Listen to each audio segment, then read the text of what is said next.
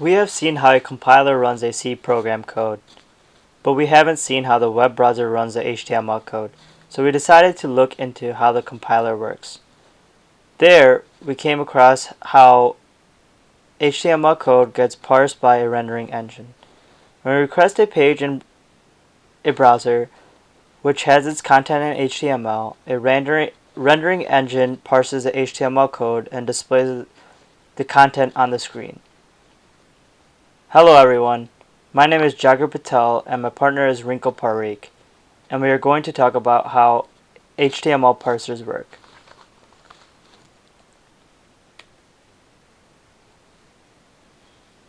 First of all, let us explain to you a very basic HTML code.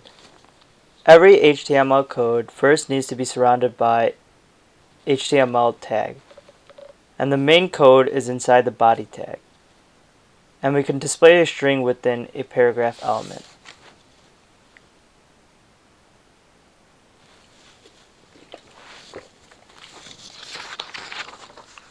Second, let us now brief you on parsers. There are two types of parsers. One is top-down parsers and the second is bottom-up parsers. In class, we covered a recursive descent parser which actually implements a top-down parser, from which we start at the higher level rule and we keep breaking it down until we see the expression. Bottom-up parsers, in short, is that the parser will scan the input until a rule is matched. That itself is another topic.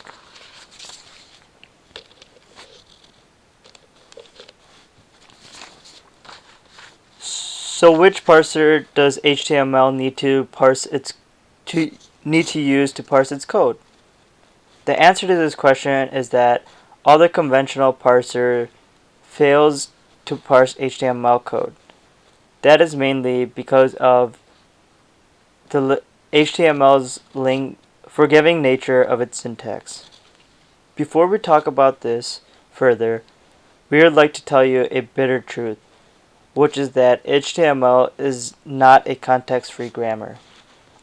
This is why HTML is so popular, mainly because of being a soft syntax.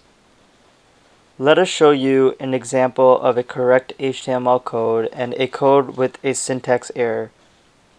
We want to ask you a question: which code on the screen will give us the output on the bottom of the screen?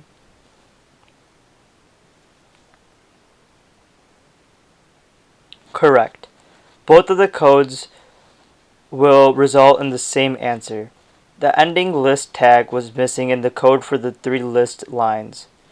So when we write a context-free grammar for HTML language, it would be very unpredictable to guess how the input will be given. Therefore, there is need for some better way to parse the HTML language.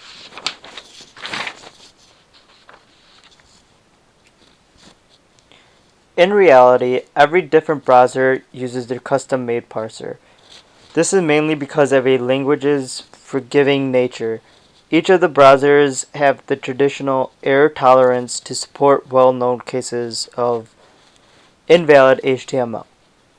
The parsing algorithm of HTML has a similar structure for all the browsers. So let's take a look at the structure of the HTML parsing algorithm. For our presentation, we'll be focusing on tokenization and the tree construction stages. The tokenizer will simply parse the input into the tokens and gives it to the tree constructor. Let's take a look at the most simple visual of tokenizer. The initial state is the data state where opening bracket is seen. Once seen, it goes to a tag open state. Consuming a character A through Z changes the state to a tag name state. You stay in this state until a closing bracket is encountered. This creates a HTML token. When closing bracket is encountered, the state changes back to data state.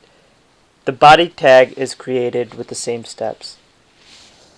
Once body token is created, the state changes to data state, and a character will be emitted for each character in Hello World until opening bracket of slash body tag is reached. We are now in tag open state. Consuming a forward slash causes creation of untag token, and the state is in tag name state. It will stay in this state until closing bracket is reached, and then we'll go back to data state. This step repeats for closing the HTML tag.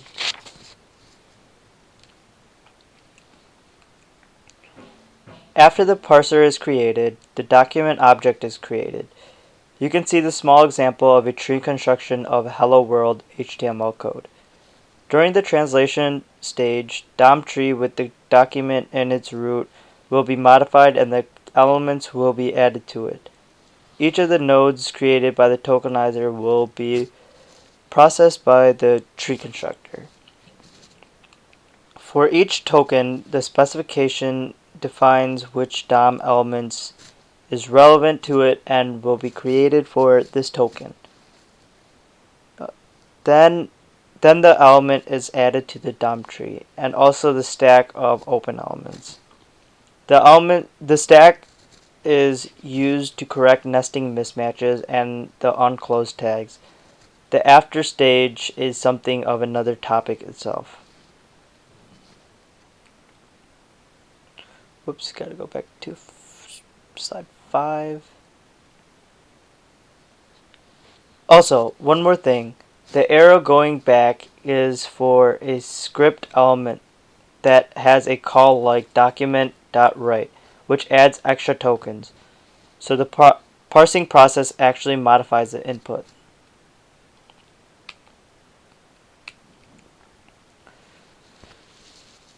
Let us show you a small example of a code that is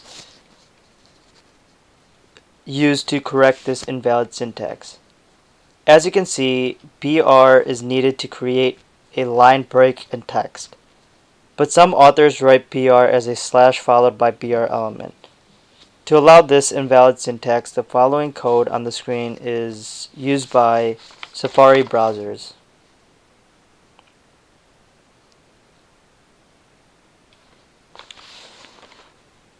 These are our sources. In conclusion, that's how HTML parsers work in brief. Thank you, everyone.